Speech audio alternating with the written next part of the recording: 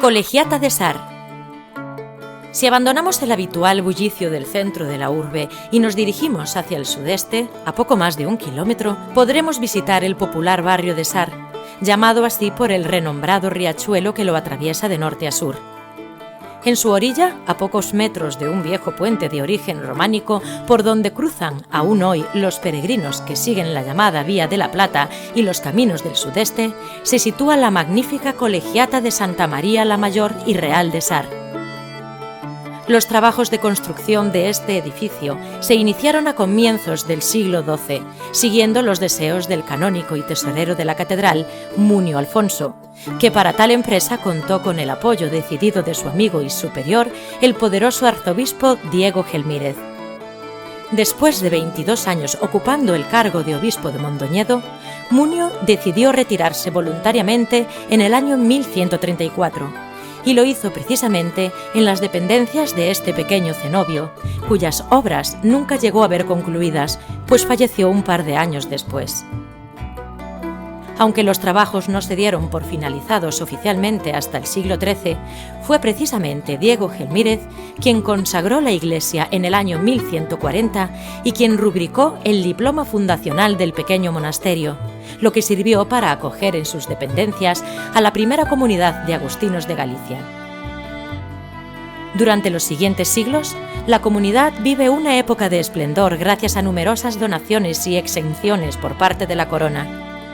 Sin embargo, en el siglo XVI, coincidiendo con la transformación del priorato en colegiata y la posterior sustitución de la comunidad agustina por miembros del clero secular, comienza un periodo de declive que se acentúa a lo largo del siglo XVII, momento en el que tanto la iglesia como su claustro sufren un evidente deterioro. Ya durante el siglo XVIII, en pleno auge del barroco compostelano y gracias a la ayuda brindada por el monasterio de San Martiño Pinario, se llevan a cabo intensos trabajos de conservación y restauración, siguiendo para ello las recomendaciones e informes de algunos de los arquitectos más importantes del momento, como Domingo de Andrade o Fernando de Casas. Pero nuevamente, en el siglo XIX, el edificio sufre un cierto abandono y acaba convirtiéndose en una parroquia más de la Archidiócesis de Santiago de Compostela. La magnífica iglesia conserva gran parte de su primitiva fábrica románica. En el exterior, llaman la atención los robustos arbotantes construidos entre los siglos XVII y XVIII para proteger los muros septentrionales y evitar su derrumbe. Bien fuese por un error técnico en la construcción, por la atrevida elevación de las naves laterales, por el corrimiento del inestable terreno sobre el que se asienta o simplemente por propia voluntad de quienes trabajaron en su construcción. Los muros están visiblemente inclinados hacia el exterior, razón por la que hubo que rehacer la bóveda de cañón en su totalidad durante el siglo XVI. El interior, de planta basilical y hermosas proporciones, impresiona a todo aquel que lo visita por la inclinación de las columnas hacia las naves laterales, proyectando una fuerte sensación de inestabilidad.